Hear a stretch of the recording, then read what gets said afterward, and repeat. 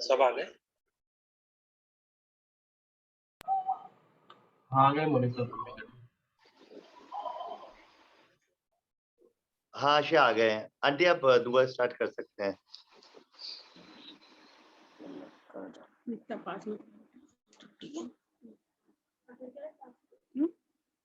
Hello, praise the Lord. Praise the Lord aunty. सबको मेरी आवाज आ रही है बेटा? जी आंटी बिल्कुल क्लियर आ रही है। स्टार्ट करो। हालेलुया। धन्यवाद धन्यवाद धन्यवाद धन्यवाद यीशु, तेरा धन्यवाद करते प्रभु जी कि तूने सुबह की पाक रोशनी दिखाई और जिंदों की जमीन पे हमको जीवित रखा। इसके लिए हम बार बार तेरा धन्यवाद करते प्रभु जी कि तूने दिन भर अपना अनुग्रह, अपना प्यार हम पर बना के रखा और ये शाम, ये मौका हमको दिखाया प्रभु जी। कितने लोग थे जो ये टाइम देखना, समय देखना चाहते थे, ना देख पाए प्रभु जी। तू बार बार हमको मौके देता है, बार बार तू हमें अपनी ओर खींचने के लिए मौके देता है प्रभु कि हम तेरी ओर खींचे चले आए, तुझसे मांगे और तू ही हमारी दुआओं को सुनकर जवाब देने वाला जिंदा खुदा है प्रभु। इस आकाश के नीचे, पृथ्वी के ऊपर कोई दूसरा नाम नहीं प्रभु जिससे हम उद्धार पा सकते। हाँ प्रभु जी, हम गुनहगार इंसान है, बार बार तुझसे दूर चले जाते, लेकिन तू राह तकता है कि कब हम लौट के तेरे नजदीकी में आ जाएं वापस। मानी इसके लिए हम तेरा धन्यवाद देते कि तूने ये मीटिंग शुरू करी प्रभु जी, हमारे दिलों में डाला कि हम तेरे नजदीकी में बने रहें, तेरी आराधना करें, तेरे वचन को पढ़ें प्रभु जी। इसके लिए हम बार बार तेरा लाखों बार धन्यवाद देते हैं। धन्यवाद देते प्रभु जी कि तू बार बार हमको ये मौके देता है कि अपने दिलों को तेरे सामने लेके आए, जो कि नापाक गंदा दिल है प्रभु जी, इसको तेरे योग्य बना ले प्रभु जी, क्योंकि तू चाहता है कि हम अपवित्र बने, क्योंकि जैसा तू पवित्र प्रभु जी। तुझसे दुआ करते वापस मानी हर एक इंसान के लिए जो कि इस मीटिंग में जुड़ा है और नहीं भी है प्रभु जी, जो तुझे पुकारते तो उनकी पुकार को सुनकर उनको जवाब देता प्रभु जी। इसके लिए हम तेरा धन्यवाद करते प्रभु जी। टूटा पिस्सा नापा गंदा दिल तेरे सामने लेते प्रभु जी, तेरे तुझसे दुआ करते हैं वापस मानी। तूने हमको कोविड से बचा के ये मौका दिया है प्रभु जी। खास तौर से प्रभु जी तेरा धन्यवाद करते कि तू हमको ऐसी महामारी से बचा के तूने लाके खड़ा किया प्रभु जी। मैं खास तौर से अपने लिए तुझसे तेरा धन्यवाद करती हूँ कि तूने मुझे प्रभु जी इस योग्य समझा प्रभु जी, और तूने अपना वचन पूरा किया। तेरे वचन में लिखा है, विधवाओं के मैं साथ रहता प्रभु, उनकी सुधि लेता हूँ। करुणा मेरे पास आया लेकिन मेरा कुछ बिगाड़ नहीं सका प्रभु जी। इसके लिए मैं बार बार तेरा धन्यवाद देती हूँ। मैंने जब भी तुझे पुकारा है प्रभु, तूने मेरी कठिनाई मुश्किलों में मेरा साथ दिया और मुझे यहाँ तक ला के लेके आया प्रभु जी। इसके लिए मैं बार बार तेरा धन्यवाद देती हूँ। इसी तरह से प्रभु जी परिवार के हर एक सदस्य को तेरे सामने लेके आती हूँ। हर एक का विश्वास को बड़ा प्रभु जी, अपने ईमान की मजबूती दे, ताकि वो किसी और को नहीं लेकिन सिर्फ तेरी ओर ताके, तुझसे मांगे और तू ही उनकी दुआओं को सुनकर जवाब देने वाला जिंदा खुदा है प्रभु। तू तेरा धन्यवाद करती प्रभु जी कि तूने हमको ये मौका दिया कि हम अपने लोगों के लिए प्रार्थना कर सके। तो उससे दुआ करती प्रभु जी, आशा दी और जब उनके हस्बैंड के लिए जो कि जयपुर में है प्रभु जी, वो भी पॉजिटिव पाए गए हैं, उनको भी तू साथ होना प्रभु जी। उनकी हर एक तकलीफ को, हर एक परेशानी को दूर करना और चंगाई देना, क्योंकि हमने जब भी तुझसे मांगा है तूने हमारी पुकार को सुनकर जवाब दिया है प्रभु जी। इसके लिए हम तेरा धन्यवाद करते। संगीता मामी के लिए तुझसे दुआ है प्रभु जी, जो कि शुगर हाई हो रही प्रभु जी, उनका सिर दर्द है, HRCT ज्यादा है प्रभु जी। हम जानते प्रभु जो तेरे लिए कुछ भी असंभव नहीं है, तू कुछ भी कर सकता है प्रभु। अपना चंगाई बड़ा सामर्थ्य हाथ उनके ऊपर रख दे और उसको चंगाई दे दे प्रभु जी। दीपक और सुलोचना के लिए तुझसे दुआ है प्रभु जी, उनको जल्द से जल्द ठीक कर। तूने यहाँ तक उनको लेके आया है, उनकी बीमारियों को कम किया, तकलीफों को कम किया, इसके लिए हम तेरा धन्यवाद करते हैं। तुझसे दुआ है प्रभु चेरी दीदी के लिए, उनको भी तू संभालना प्रभु जी। जो कुछ भी शरीर में तकलीफ पाई गई प्रभु जी, कमी पेशी, उसको तू दूर कर, उनको चंगा कामिल शिफा दे दे प्रभु। बब्बू के लिए तुझसे दुआ है प्रभु जी, तू उस बच्ची को हमेशा उसकी दुआओं को सुनता और उसको कबूल करता है प्रभु जी। उसको हिम्मत, ताकत और विश्वास देना कि सिर्फ और सिर्फ वो तेरे पास आए, तुझसे मांगे वापस मानी, क्योंकि तू ही चंगा करने वाला परमेश्वर है प्रभु जी। हमें विश्वास है कि तेरे कोड़े खाने से हमने चंगाई पाई है प्रभु। शारीरिक और आत्मिक चंगाई भी हमको देना और ताकत देना कि हम तेरे नजदीक में बने रहें। अनिल के लिए, अनिल लवन के लिए तुझसे दुआ है प्रभु, जो कुछ भी उसकी लंग्स की प्रॉब्लम है प्रभु, तू उसको दूर करना और कामिल शिफा चंगाई देना। ब्रदर मैरिन और ब्रदर लॉन्ग के लिए प्रभु जी, मैरिन की जो शुगर ज्यादा हो रही प्रभु जी, उसको भी तू चंगाई देना, उसकी शुगर को कम करना, उसके विश्वास को बढ़ाना कि वो तेरे नजदीक में बना रहे। ब्रदर अलोंग के लिए जो कि कोविड का शिकार है प्रभु जी, इस महामारी की परेशानियों से उनको बचाना, हर एक तकलीफ से बचाना प्रभु जी, और अपनी सुरक्षा के घेरे में सबको बना के रखना प्रभु जी। ये नाम तो हमको पता थे, लेकिन जो नहीं पता प्रभु जी और तुझे पुकारते तेरी ओर ताकते हैं, तो उनकी भी दुआओं को सुनना प्रभु जी, उनके बीमारी के बिस्तरों को पलट देना और उनको कामिल शिफा देना, ताकि वो भी तेरे जिंदा गवाह बन जाए। वापस मानी हम तेरा धन्यवाद करते कि तू हमारी दुआओं को सुनता है, क्योंकि तू जीवित परमेश्वर है।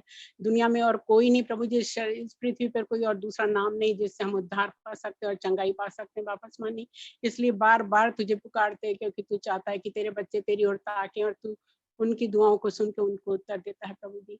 धन्यवाद करते प्रभु जी कि आज के वचन के लिए प्रभु जी, जो कुछ भी बीज बोया जाता है 60, 70 और 100 गुना फल है।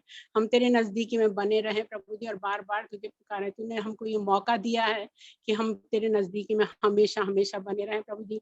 दिन रात तेरी स्तुति और तेरी तारीफ कर प्रभु, क्योंकि दिन नजदीक है। क्योंकि वचन में लिखा है, समय को जानो और उसकी नजदीकी में बने रहो प्रभु, जागते और प्रार्थना करते रहे, ताकि प्रभु शैतान हम पर हावी ना हो प्रभु। तेरे वचन के हथियारों का हम बांध नहीं लें, ताकि हम शैतान के जलते हुए तीरों को बुझा सके प्रभु जी। ये तुझसे दुआ है, छोटे से छोटे बड़े सबको, जवानों को, बुजुर्गों को, सबको तेरे हाथों में सौंपती प्रभु जी। हर एक को तू अपनी आशीष बरकतों से मामूर करना प्रभु जी। अपने वचन की ताकत उनको देना कि वो तेरे वचन में लिप्ट रहे प्रभु, तेरे वचन के अनुसार अपना जीवन बिता सके। एक बार फिर इस मीटिंग को तेरे हाथों में सौंपती प्रभु। जो जिसने भी ज्वाइन किया है प्रभु जी, सबको तू आशीष और बरकतों से भरपूर करना, शारीरिक कमजोरियां, बीमारियों से दूर करना प्रभु जी, और आत्मिक शक्ति देना कि वो तेरे वचन में आगे बढ़ते चले जाएं प्रभु जी।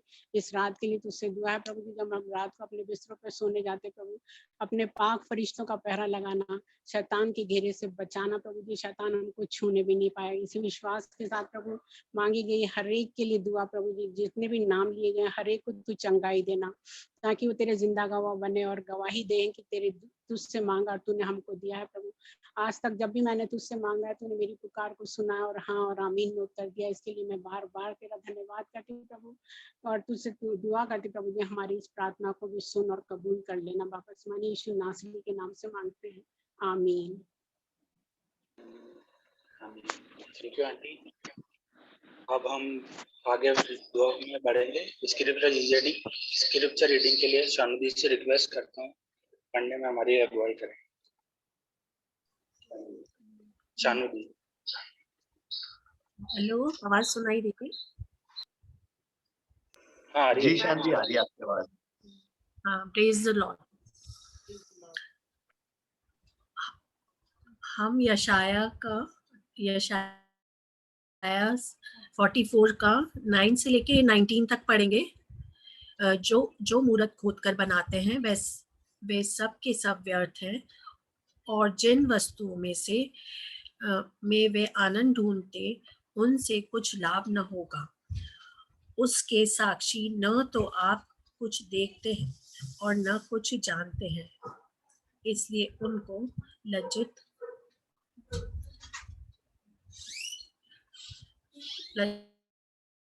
होना पड़ेगा। बंद करना। यशा किसने देवता या निष्फल मूरत डाली है? देख, उसके सब संगियों को तो लज्जित होना पड़ेगा। कारीगर तो मनुष्य ही है, वे सब के सब इकट्ठे होकर खड़े हो और वे डर जाएंगे, वे सब के सब लज्जित होंगे। लोहार एक बसूला अंगारों से बनाता, हथौड़ों से गढ़ कर तैयार करता है।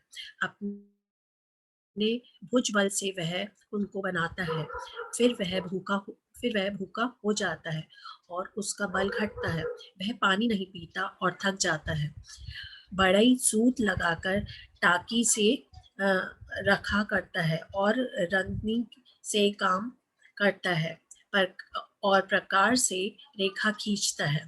वह उसका आकार और मनुष्य की सी सुंदरता बनाता है, ताकि लोग उसे घर में रखें। वह देवदार को काटता व वन के वृक्षों में से जाति के बाज वृक्ष चुनकर सेवता है। वह एक सूत का वृक्ष लगाता है जो वर्षा का जल पाकर बढ़ता है, तब वह मनुष्यों के ईंधन के काम में आता है। वह उस में से कुछ सुलगाकर तापता है, वह उसको जलाकर रोटी बनाता है। उसी से वह देवता भी बनाकर उसको दंडवत करता है। वह मूरत खुदवाकर उसके सामने प्रणाम करता है। उसका एक भाग तो वह आग में जलाता है और दूसरा भाग से मांस पकाकर खाता है। वह मांस भूनकर तृप्त होता है, फिर तपाकर कहता है, आहा, मैं गर्म हो गया, मैंने आग देखी है। उसके बचे हुए भाग को लेकर वह एक देवता अर्थात एक मूरत को खोदकर बनाता है। तब वह उसके सामने प्रणाम और दंडवत करता है और उससे प्रार्थना करके कहता है, मुझे बचा ले, क्योंकि तू मेरा देवता है। वे कुछ नहीं जानते, न कुछ समझ रखते हैं, क्योंकि उनकी आंखें ऐसी मूंदी गई हैं कि वे देख नहीं सकते, और उनकी बुद्धि ऐसी कि वे बूझ नहीं सकते, क्योंकि इस पर ध्यान नहीं करता, और न किसी को इतना ज्ञान व समझ रहती है कि कह सके कि उसका एक भाग तो मैंने जला दिया और उसके कोयलों पर रोटी बनाई और मांस भून कर खाया, फिर क्या मैं उसके बचे हुए भाग को घिनौनी वस्तु बनाऊं? क्या मैं काठ को प्रणाम करूं? आमीन। Thank you. आमीन। थैंक यू डी। अब हम दुआ को आगे बढ़ाते हुए प्रेयर फॉर समन के लिए मैं ऑस्टिन को बोलना चाहता हूँ कि वह दुआ के लिए प्रार्थना करें। Praise the Lord. आइए हम प्रार्थना करें। धन्यवाद धन्यवाद धन्यवाद धन्यवाद महिमा स्थिति की योग्य पिता परमेश्वर, आपका लाखों बार धन्यवाद दिया चाहते हैं परमेश्वर पिता, हर एक उत्तम उत्तम आशीषों के लिए, हर एक उन तमाम बरकतों के लिए, हर एक उन नियामतों के लिए परमेश्वर पिता। परमेश्वर पिता, आपने हमें हमारे जीवन में परमेश्वर पिता जो आशीष जो नियामत दी है परमेश्वर पिता, जिसके हम लायक भी नहीं थे परमेश्वर पिता, वो आशीष वो नियामत है परमेश्वर पिता, आपने हमारे जीवन में इनायत की है परमेश्वर पिता। उसके लिए हम आपका लाखों बार धन्यवाद दिया चाहते हैं परमेश्वर पिता, और खास तौर से परमेश्वर पिता की शाम के लिए आपका लाखों बार धन्यवाद देते हैं परमेश्वर पिता कि परमेश्वर पिता आपने इतनी सुंदर संगति परमेश्वर पिता हमारे जीवन में इनायत की है परमेश्वर पिता। ये तमाम बातें परमेश्वर पिता आपकी योजनाएं थी परमेश्वर पिता, हम अपनी इच्छा से कुछ ना करने पा रहे थे परमेश्वर पिता। परमेश्वर पिता ये बातें आपने हमारे मन में डाली परमेश्वर पिता की आपके नाम के हम सताइश परमेश्वर पिता, हम एक साथ मिलकर परमेश्वर पिता पूरा परिवार और परिवार का हर एक घराना परमेश्वर पिता आपके नाम की हम सताइश करें परमेश्वर पिता, आपके वचन का सुसमाचार प्रचार परमेश्वर पिता, जिस काम के लिए परमेश्वर पिता आपने हमें संसार में भेजा है परमेश्वर पिता, उसको परमेश्वर पिता हम आत्मा सच्चाई के साथ में पूरा करने वाले हों परमेश्वर पिता। हम जानते हैं परमेश्वर पिता हम नालायक हैं परमेश्वर पिता, लेकिन परमेश्वर पिता आपने हमें लायक बनाया है परमेश्वर पिता। हम अयोग्य थे परमेश्वर पिता, आपके इस परमेश्वर पिता समीप आपके नाम को लेने नहीं पा रहे थे परमेश्वर पिता। हमारी जुबान इतनी गंदी थी परमेश्वर पिता कि हम आपकी इतने सुंदर और मीठे मधुर नाम को परमेश्वर पिता अपने जुबान से नहीं लेने पा रहे थे, लेकिन परमेश्वर पिता आपने हमें इस योग्य समझा परमेश्वर पिता, और हमें इस लायक बनाया परमेश्वर पिता कि हम परमेश्वर पिता इस परमेश्वर पिता गंदी जुबान से परमेश्वर पिता आपने परमेश्वर पिता के पाक लहू से परमेश्वर पिता हमारे शरीर के हर एक ऑर्गन्स को परमेश्वर पिता के नाम में शुद्ध किया है परमेश्वर पिता। वो परमेश्वर पिता हमारे जीवन में कोई ऐसी बात नहीं रह गई परमेश्वर पिता इसके कारण हमें परेशान होना पड़े परमेश्वर पिता, क्योंकि परमेश्वर पिता आपने उस आनंद से हमें भरा है परमेश्वर पिता, और परमेश्वर पिता उस शांति से हमें भरा है परमेश्वर पिता जो संसार नहीं दे सकता परमेश्वर पिता। उसके लिए आपका लाखों बार धन्यवाद है। तो आपसे यही चाहते हैं परमेश्वर पिता कि हमारे जीवन की हर एक बातें परमेश्वर पिता, हमारा बैठना, हमारा बोलना, हमारा विचारना परमेश्वर पिता, हमारा देखना परमेश्वर पिता, हमारे हाथों की काम परमेश्वर पिता आपको पसंद आने वाले हो परमेश्वर पिता। खास तौर से परमेश्वर पिता परिवार के हर एक बच्चे के लिए और परमेश्वर पिता उन तमाम लोगों के लिए परमेश्वर पिता से आज की शाम में मेरी यही प्रार्थना है परमेश्वर पिता, जो कोई बीमारी की बिस्तरों में पाया जाता है परमेश्वर पिता, आज की शाम में परमेश्वर पिता हर एक बीमारी की बिछौनों को परमेश्वर पिता आपके नाम से उलट दीजिए परमेश्वर पिता, और हर एक को परमेश्वर पिता आपके शिफा भरे हाथ को बढ़ाकर परमेश्वर पिता उठ खड़ा कीजिए परमेश्वर पिता, जिससे परमेश्वर पिता वो अपने बिछोने से उठ खड़ा होकर परमेश्वर पिता आपके नाम की हम सताइश करने वाला हो और आपके नाम में चंगा भला पाया जाए परमेश्वर पिता। खास तौर से परमेश्वर पिता आज की शाम के लिए एक बार फिर से लाखों बार धन्यवाद देते हैं और आपसे यही चाहते हैं परमेश्वर पिता, जो आज की शाम में जो हमने परमेश्वर पिता के नाम में हमने सताइश की परमेश्वर पिता, और आने वाले समय में परमेश्वर पिता और आगे की में परमेश्वर पिता जो हम वचन से परमेश्वर पिता सीखना चाहते हैं परमेश्वर पिता, हमें ऐसी तौफीक इनायत करें परमेश्वर पिता। और आपके परमेश्वर पिता उस दास को परमेश्वर पिता जो कि आज की शाम में परमेश्वर पिता आपने उनके परमेश्वर पिता जुबान पे जो कुछ भी वचन रखा है परमेश्वर पिता, वो खुद से नहीं लेकिन परमेश्वर पिता आपकी आत्मा की भरपूरी से होकर बोलने वाले हो परमेश्वर पिता। इससे परमेश्वर पिता केवल और केवल आपके नाम को महिमा पहुंचे परमेश्वर पिता। तमाम आदर महिमा आपके जयवंत और जलाली नाम को देते हुए इस दुआ को मांग लेते हैं प्यारे प्रभु यीशु मसीह के नामों को मांगते हैं बाप, आमीन। आमीन। Thank you Austin. अब मैं सरमन के लिए भास्कर जी से रिक्वेस्ट करता हूँ कि जो भी खुदावन ने उनको वचन दिया है जिससे कि हम उनके मुंह से सके और उस पर चल सकें। सबको जय मसीह की। जय मसीह। आ रही है सबको?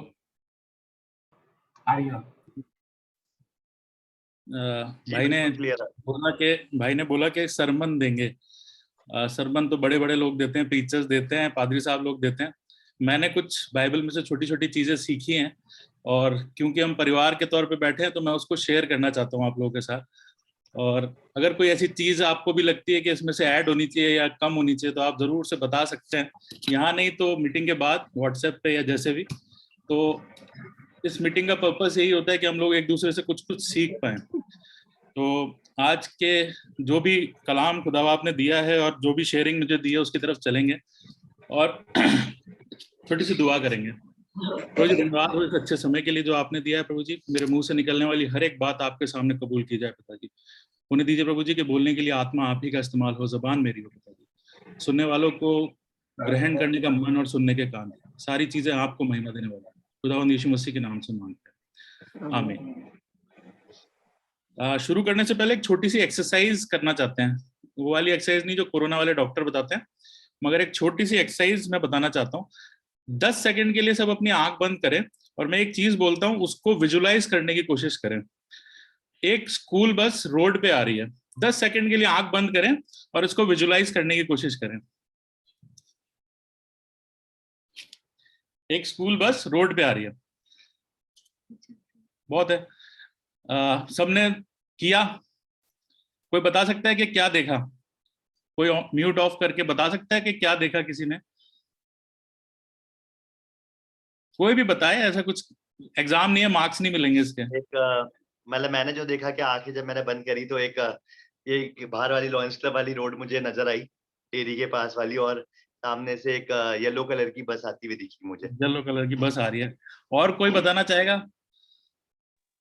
और कोई है जो बोल पाए? विजुअलाइज किया जीजा कि बस आ रही है और बस रुकी, उसमें से बच्चे उतर रहे हैं।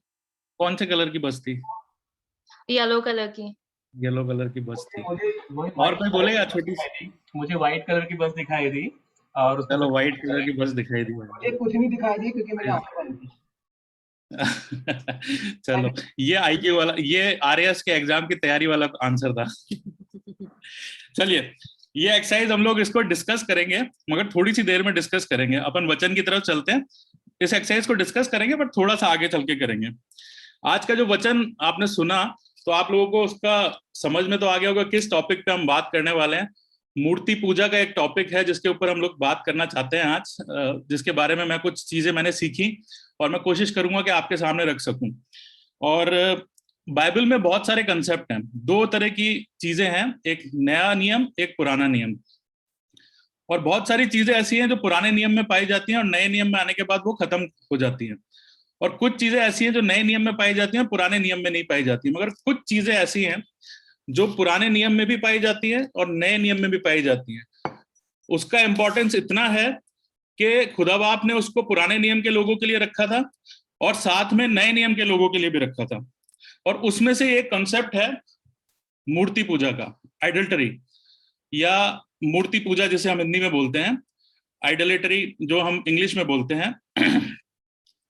अगर हम लोग इसको समझने की कोशिश करें तो सबसे पहले दुनियावी मीनिंग अगर समझें, डेफिनेशन अगर उसकी समझें, जो ऑक्सफोर्ड डिक्शनरी में बताती है, इंग्लिश की ऑक्सफोर्ड डिक्शनरी में इसका मीनिंग होता है ग्रेट एडमिरेशन फॉर समवन या act of pray to picture और एन ऑब्जेक्ट।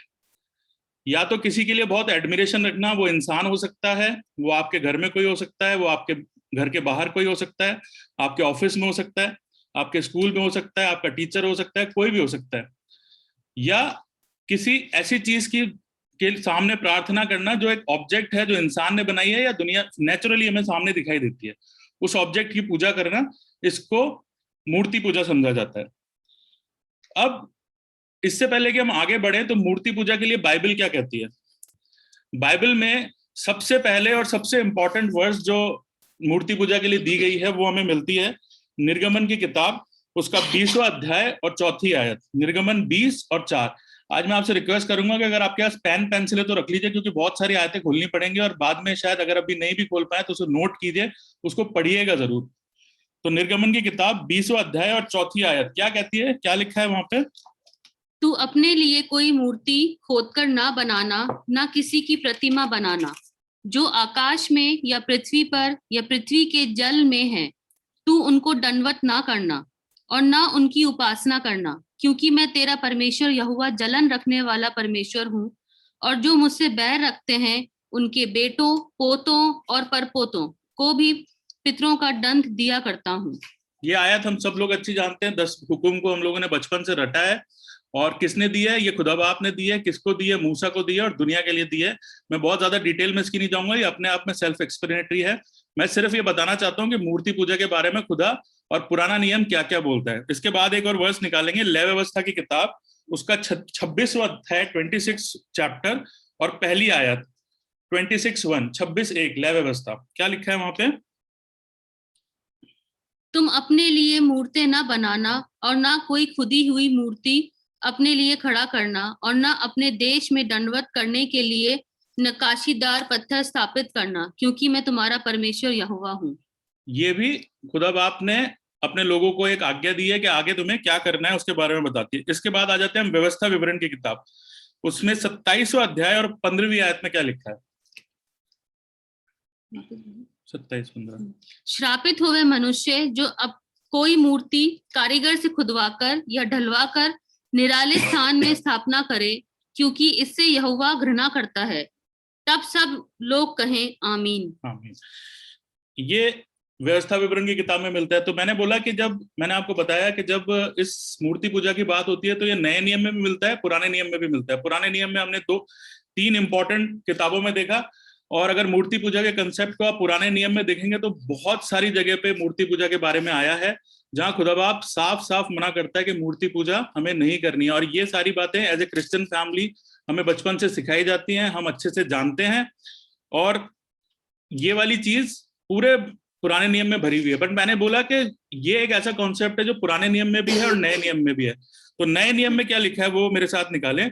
प्रेरितों के काम 17वीं किताब और 29वां अध्याय, प्रेरितों के काम 17:29, द बुक ऑफ एक्ट 17:29 क्या लिखा है वहां पे? सो परमेश्वर का वंश होकर हमें ये समझना उचित नहीं कि ईश्वर तरफ सोने या रुपए या पत्थर के समान है, जो मनुष्य की कारीगरी और कल्पना से गढ़े गए हों। मनुष्य की किससे गढ़े गए हों? कल्पना से। कल्पना से गढ़े गए हों, मतलब क्लियर है कि खुदा को किसी ने देखा नहीं है, और जो भी इंसान ये कर रहा है तो वो अपनी कारीगरी से कर रहा है और अपनी सोच के मुताबिक कर रहा है। किसी ने यीशु मसीह को जिन्होंने देखा है, अगर मैं थोड़ा सा इतिहास की बात करूं तो जो पहली फोटो यीशु मसीह की बनाई गई थी वो अराउंड 300 से 400 AD में बनाई गई थी। मतलब यीशु मसीह के गुजरने के बाद जब वो स्वर्ग में चला गया था, उठा लिया गया था, और उसके चेले भी गुजर चुके थे, और शायद उसके बाद की भी 1-2 जनरेशन गुजर चुकी थी। उसके बाद पहली फोटो इतिहास में हमको मिलती है जो यीशु मसीह की थी। तो जिसने भी वो फोटोग्राफ बनाई थी, ये बात मान के चलें कि उसने यीशु मसीह को नहीं देखा था, या खुदा के नाम पे जो भी तस्वीरें बनाई गई हैं उसको खुदा बाप, उसको जिसने भी बनाया है उसने खुदा को या यीशु मसीह को नहीं देखा है। अब आगे चलते हैं।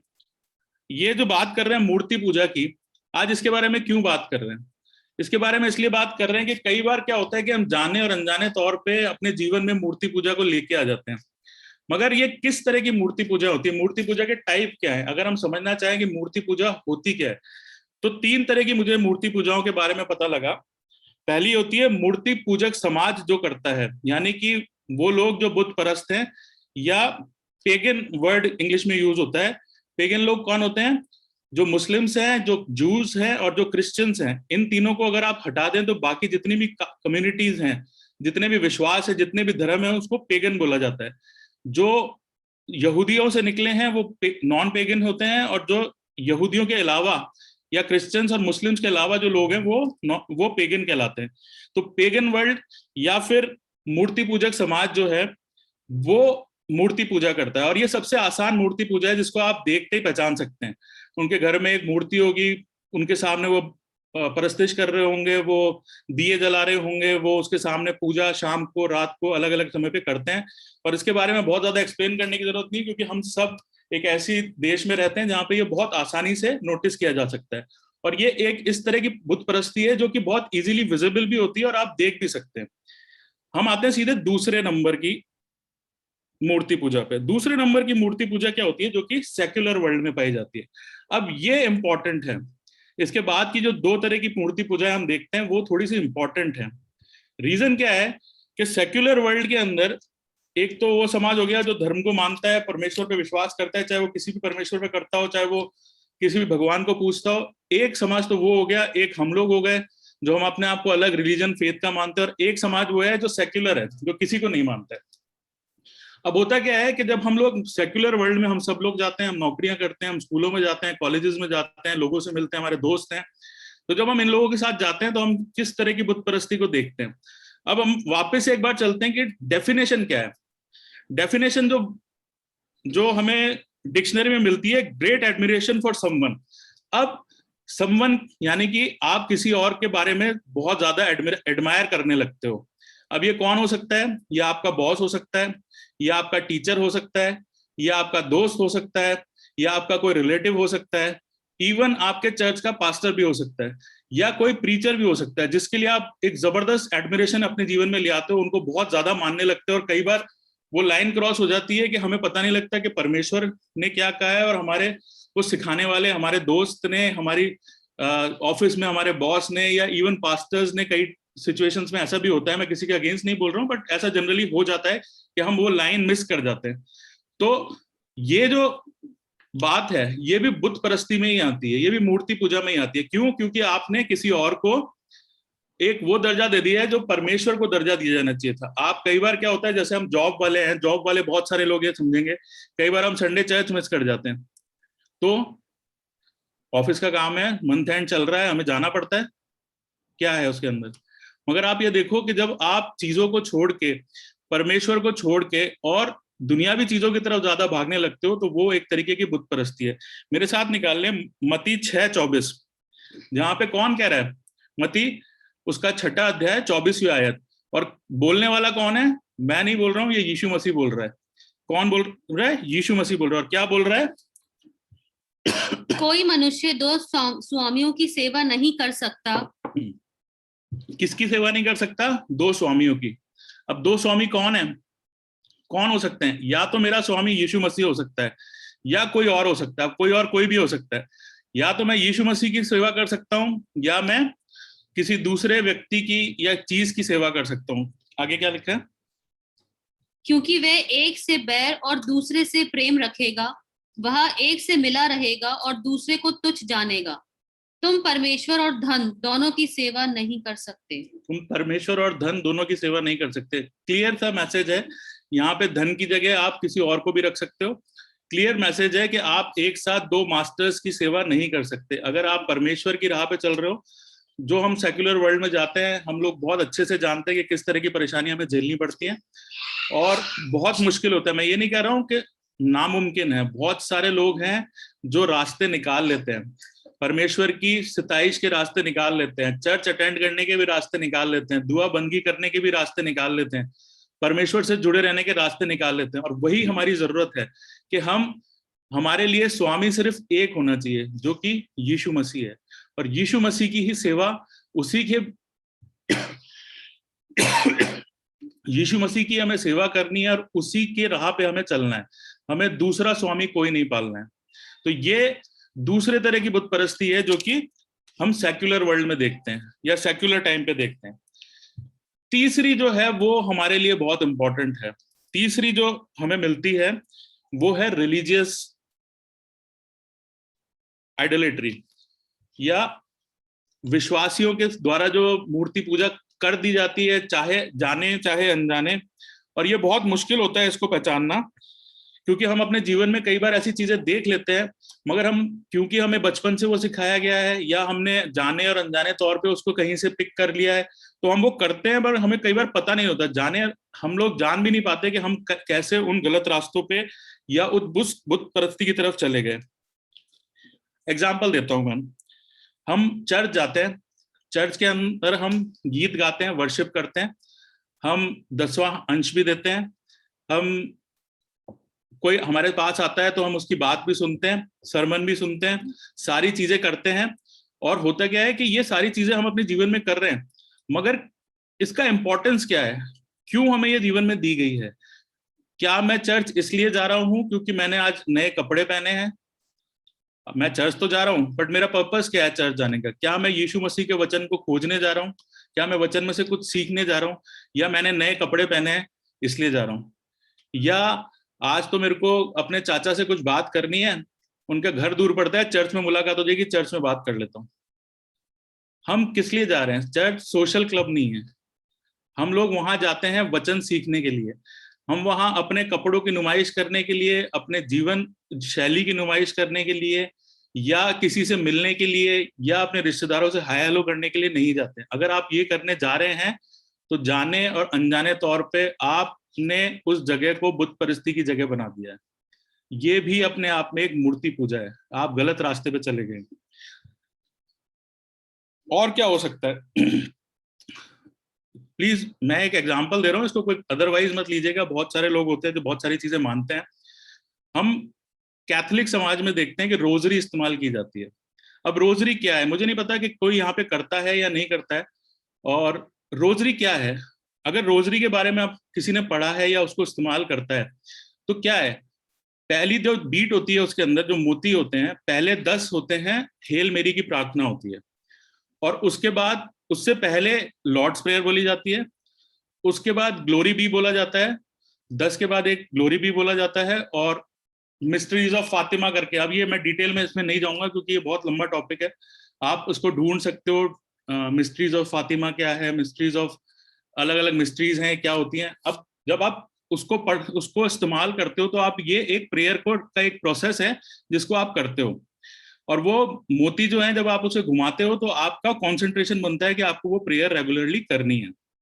अब हेल मैरी के अंदर लॉर्ड्स प्रेयर हम भी करते हैं, और भी बहुत सारी चीजें हम लोग करते हैं, मगर मुझे क्या प्रॉब्लम है इसके अंदर? मैंने क्या प्रॉब्लम देखी इसके अंदर? इसके अंदर एक प्रॉब्लम ये है कि रोजरी के अंदर जो प्रेयर हम लोग बोलते हैं हेल मैरी वाली, उसके अंदर एक चीज आती है कि मदर मैरी यीशु मसीह जैसे इंटरसेशन करती है, मतलब मध्यस्थता करती है। और बाइबल हमें क्लियरली बताती है कि मध्यस्थता का काम कौन करता है? सिर्फ और सिर्फ यीशु मसीह करता है। मेरे साथ निकाल लें रोमियो का 8वां अध्याय, उसकी 34वीं आयत। रोमियो 8:34। रोमियो 8:34 34। फिर कौन है जो दंड की आज्ञा देगा? कौन है जो दंड की आज्ञा देगा?